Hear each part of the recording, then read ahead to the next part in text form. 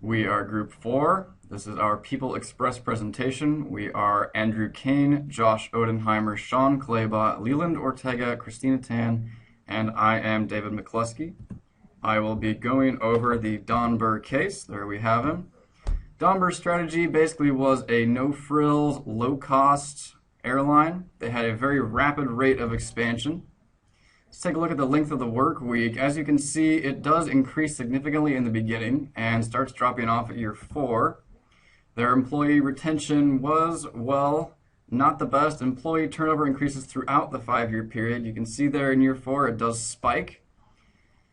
The employee experience generally increased until year 4 and then proceeded to drop off. The dips in the graph do correspond to periods where many new employees were hired.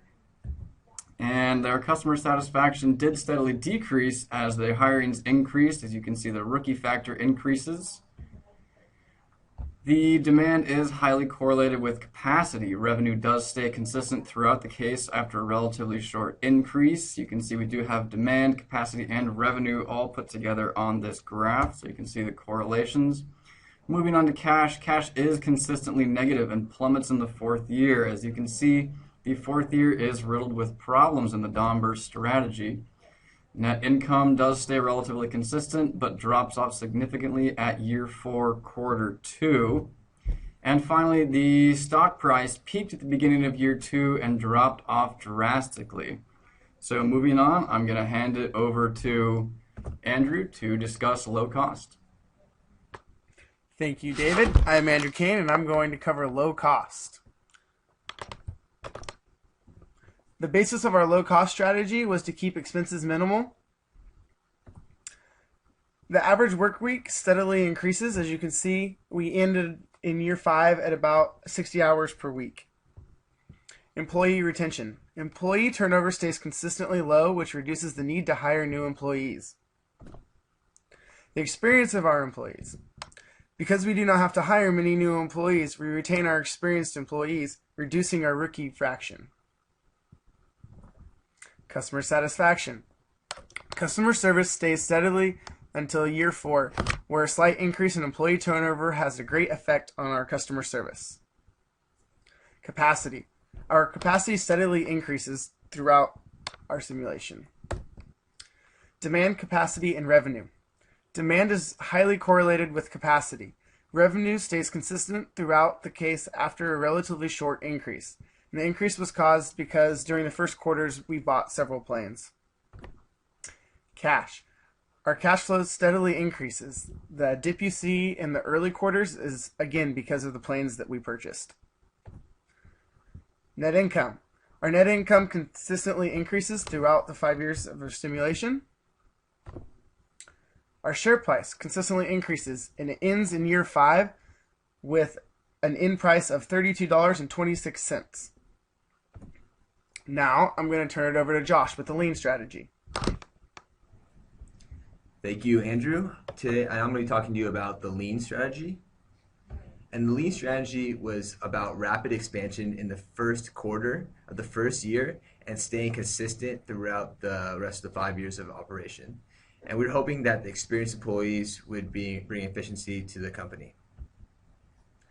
As you can see, the work week steadily declined over the 5 years of operation, and this was due to a low rookie factor and high productivity from current employees.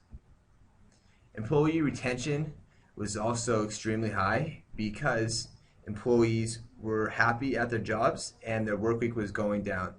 We hired 56 new employees in the beginning of the first quarter. That's where the large spike is.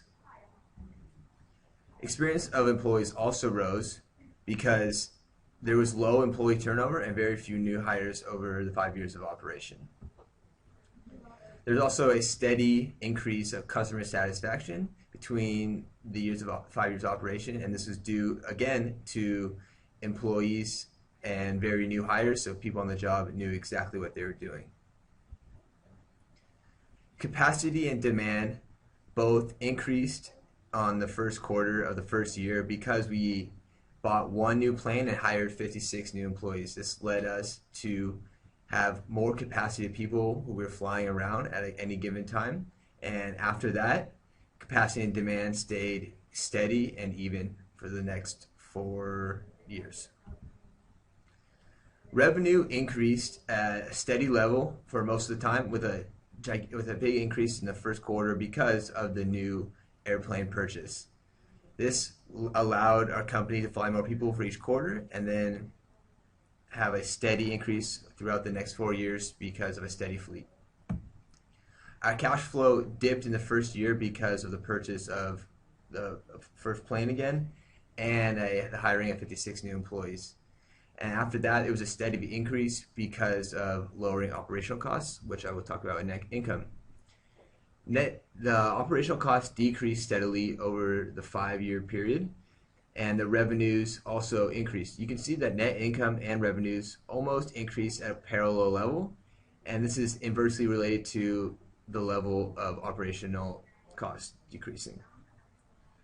Now, here's share price steadily increased over the 5 years again because of the steady growth habits of our company at People Express, and it also tapered off at the end because investors were not seeing the gains they would like.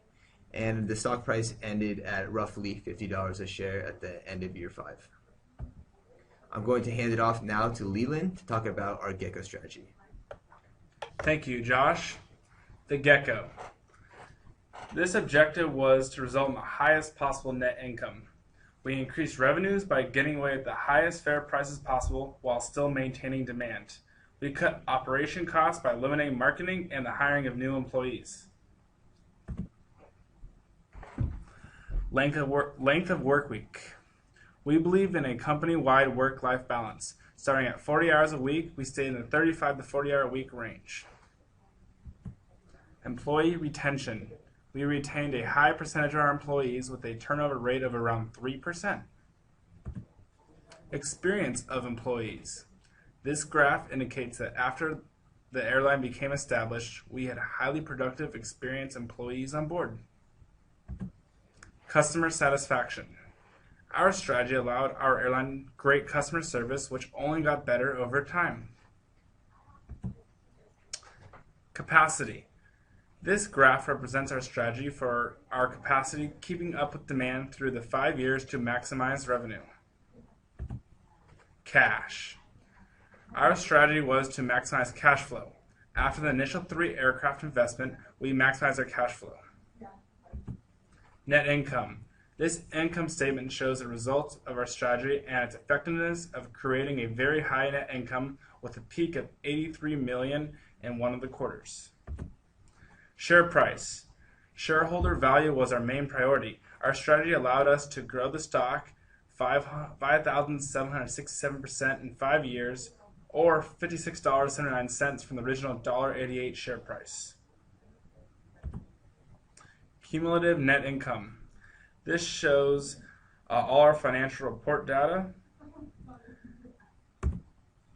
Cumulative net income of $800.2 million. Thank you, Leland. All right, so our Gecko strategy was driven by a focus on net income. The drivers of net income are revenue, operating costs, and interest expense. Our revenue was driven by seat fare and passenger miles, and our operating costs were driven by our fleet costs, our service costs, our marketing expense, and depreciation. When these 3 factors, interest expense, operating costs, and revenue come together, they show us our net income. And now a quick run of the simulation. All right. Thank you very much, guys.